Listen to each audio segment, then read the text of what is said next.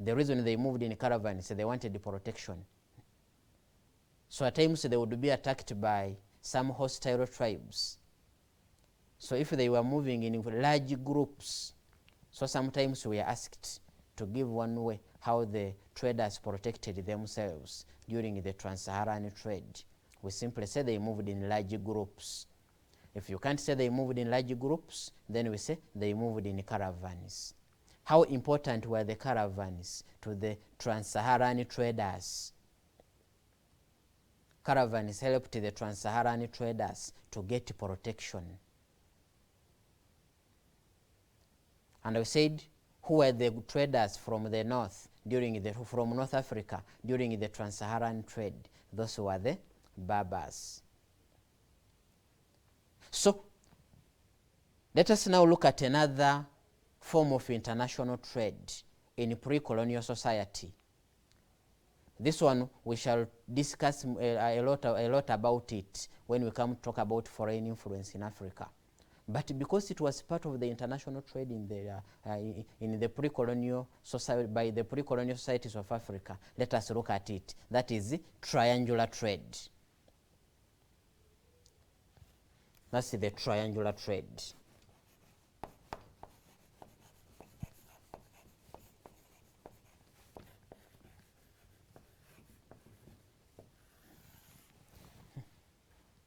Like you can see, its roots on the screen. You can see that they form a triangle. That's why it was called the triangular trade. So one route was running from Africa to America. And that one from Africa to America, it was mainly taking the slaves. So the main participants in this trade were the Europeans. So Europeans would come to Africa, they get slaves, and they take them to America.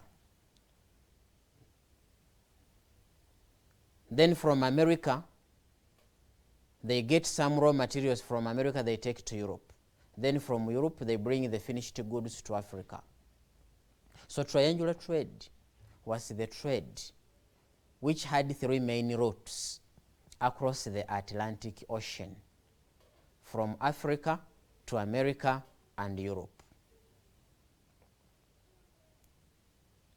So in most cases, the triangular trade was also called transatlantic slave trade. It was also called transatlantic slave trade. It was transatlantic because it was carried out across the Atlantic Ocean. That's why it was called transatlantic. And we're saying it was transatlantic slave trade, the major item of trade during the triangular trade. They were the slaves. So why was the transatlantic slave trade called triangular trade?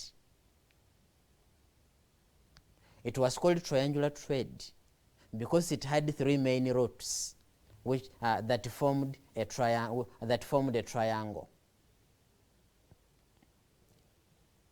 So sometimes we asked, why was the transatlantic slave trade called triangular trade? And we are saying it was called triangular trade because it had three main routes that formed a triangle, like you have seen on the map.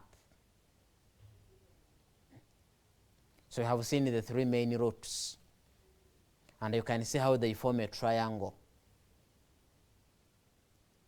Like we said, one was from Africa to America, then from America to Europe, and from Europe to Africa.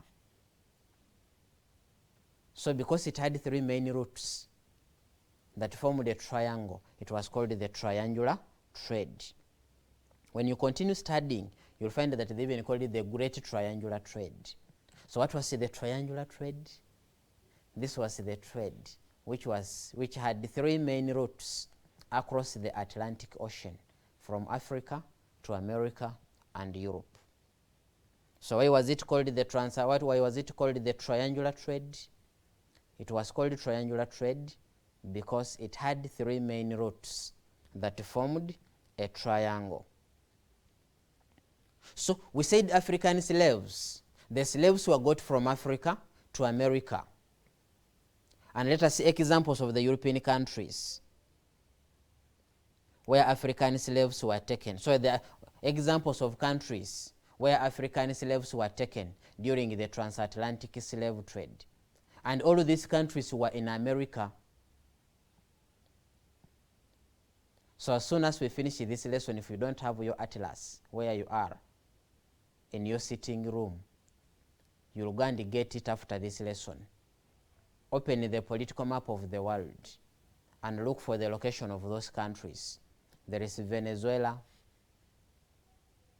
Mexico,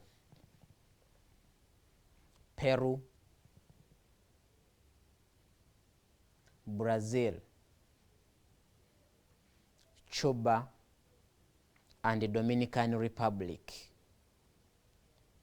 So immediately after this lesson, look for your atlas and find the location of those countries. So African slaves were taken to those countries in America, but they were not taken by the Americans. The African slaves were taken by the Europeans. And let us see why the Europeans took African slaves to America. So reasons why African slaves were taken to America. Reasons why African slaves were taken to America during the during the transatlantic slave trade. 1, to work on sugarcane and tea plantations.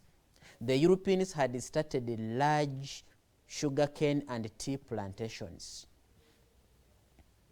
So the African slaves were taken there to work on sugarcane and tea plantations. So they were to provide labor on sugarcane and tea plantations in America. And also to work in the mines. There was mining of silver and other minerals in America by the Europeans. So the African slaves were taken there mainly to work in the mines. And also to work on ranches for the Europeans. So the African slaves were mainly taken by the Europeans to America to go and work on their farms, sugarcane plantations and tea plantations, in the mines, and also in the ranches. So the major item of trade from Africa to America during the transatlantic slave trade were the slaves. Because the Europeans wanted these slaves in America to do for them work on the sugarcane and tea plantations and also coffee plantations. Then in turn, after the slaves had worked on those farms, the Europeans would get sugarcane, tea, coffee, tobacco, and the minerals. Then they take them to Europe for processing and manufacturing. And after manufacturing, then they would get the manufactured goods. They bring them to Africa for sale. So the goods from Europe to Africa, they would bring things like sugar, guns, saucepans, alcohol, more especially the spirits. So mainly the manufactured goods from Europe would be brought to Africa for sale. Then from Africa, they take the slaves to go and work on their farms. Then from America, they take the raw materials to Europe because the manufacturing industries were in Europe.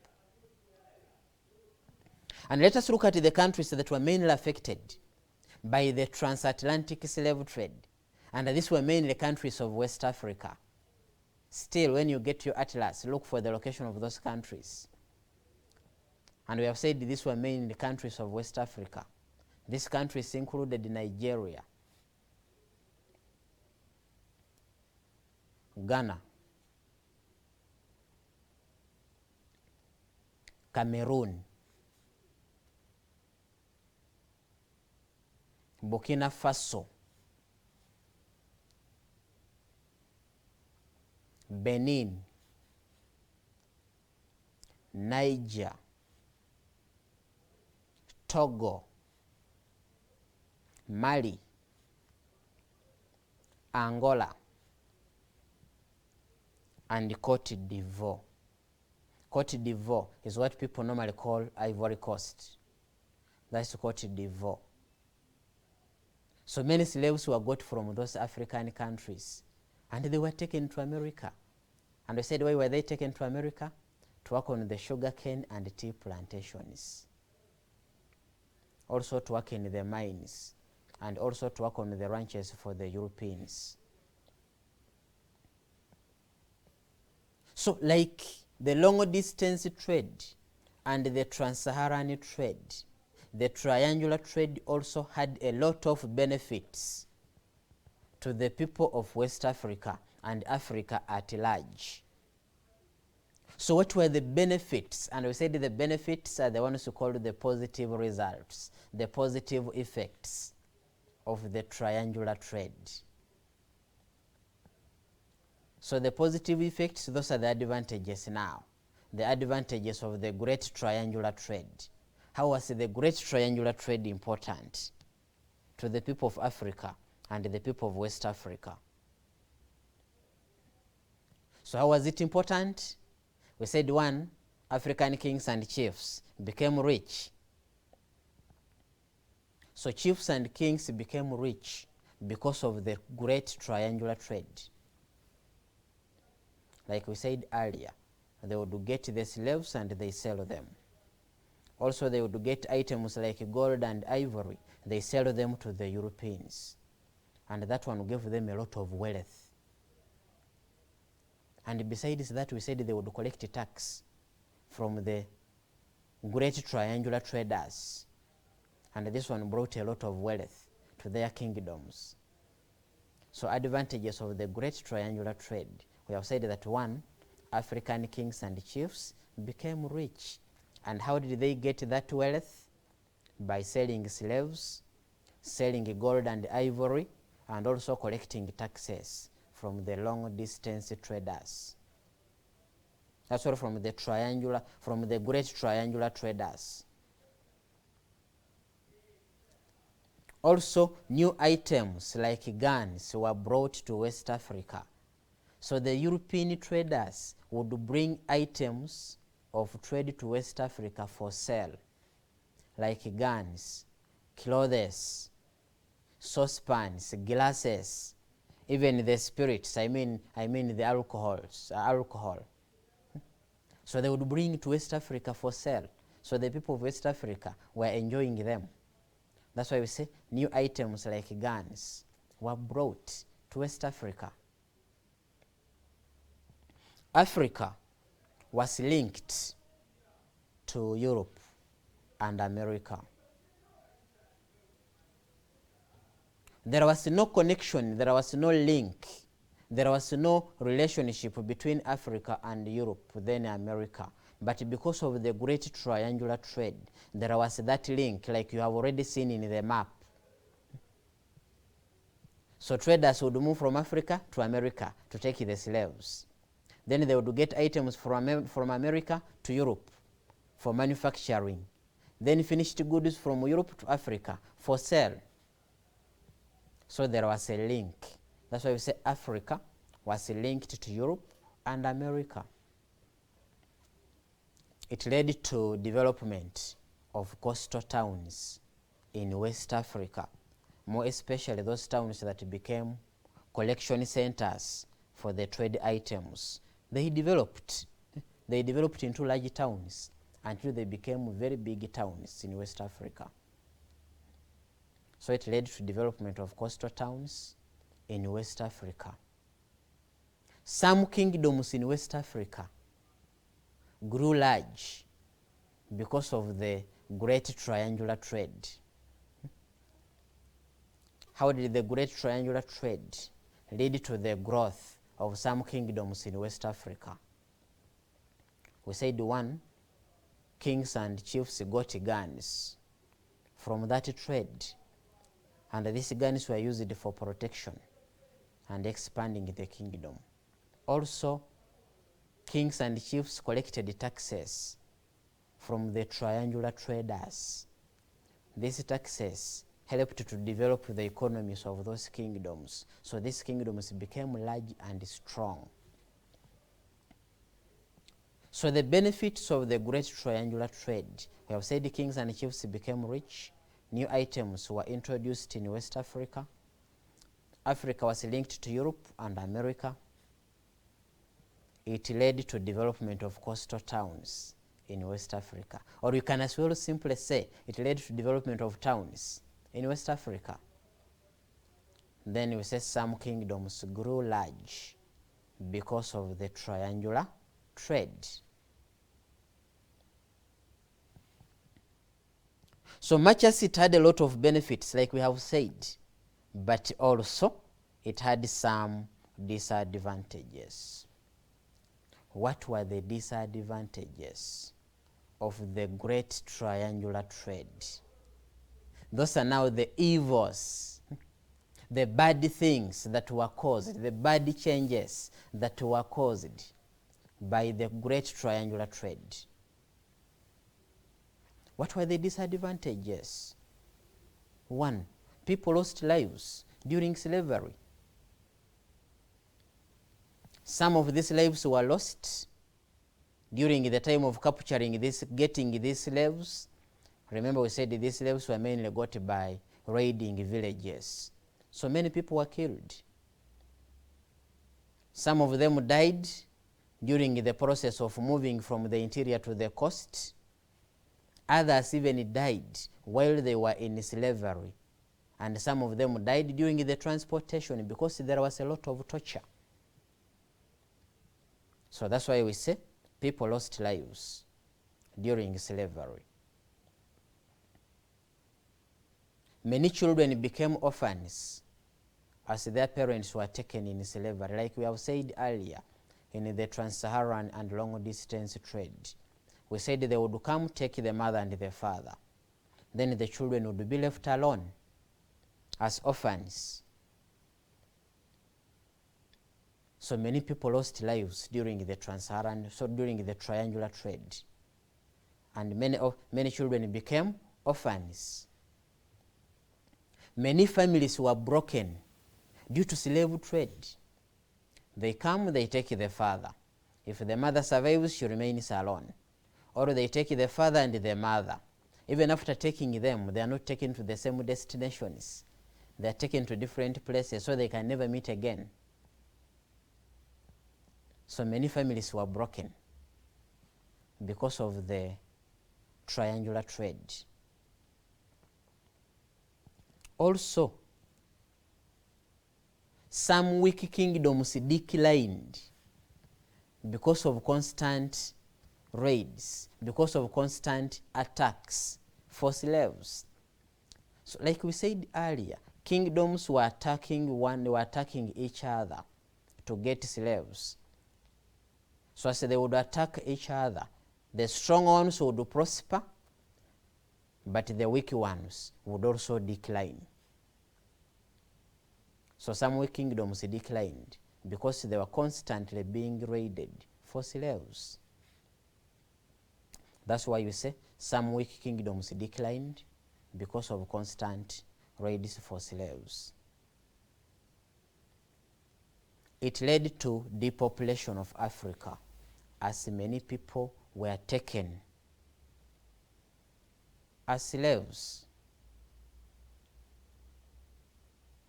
So many people were being taken as slaves. So do you think the population increased? No.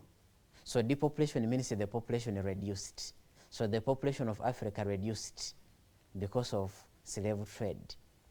They were taking many people as slaves. So as many people were being taken as slaves, the population reduced. In fact, it is estimated that the largest population of West African countries were taken as slaves. And those are the blacker people you see in America. Many of them are descendants of the African slaves, those who were taken as slaves to West Africa. So even after stopping slave trade for them, they remained and continued living there.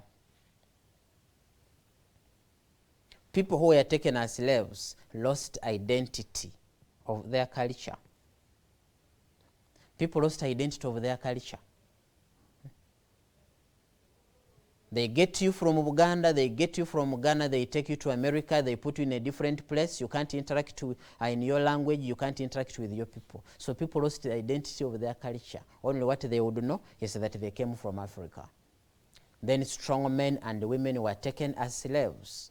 And this one caused famine, because they know there was no one to work on the farms.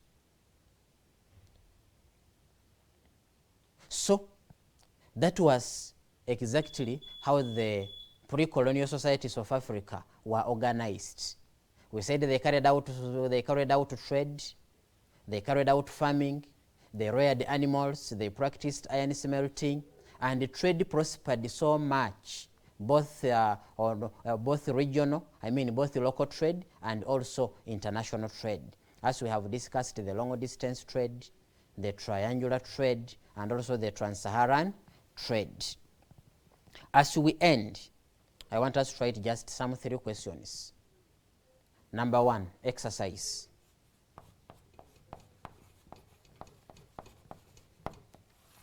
Number 1, which region of Africa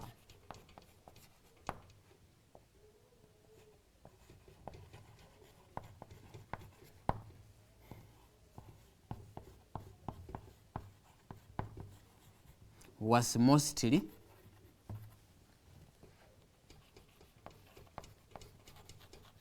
affected by the triangular trade?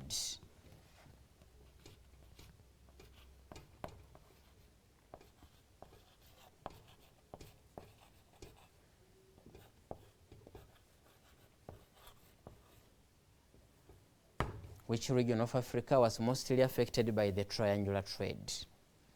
Number 2, what was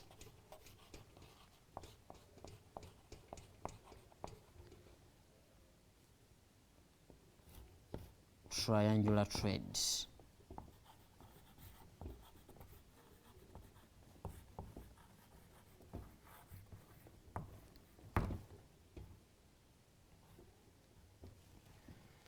And number 3,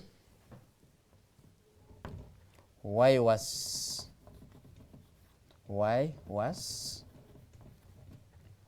the transatlantic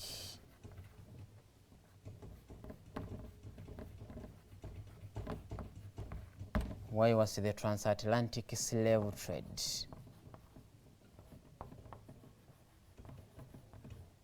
also called triangular trade?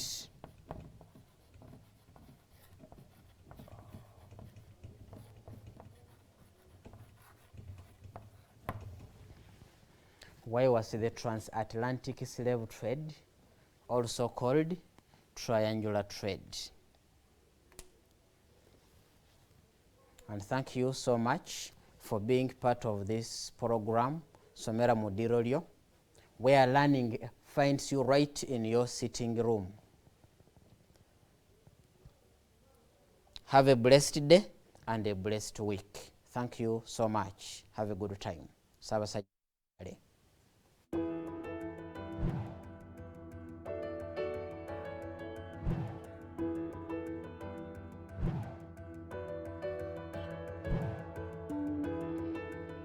Somera Muddiiro ng'ewagiddwa Maryland High School erisangibwa Entebbe. Somero ly'abawala n'abalenzi.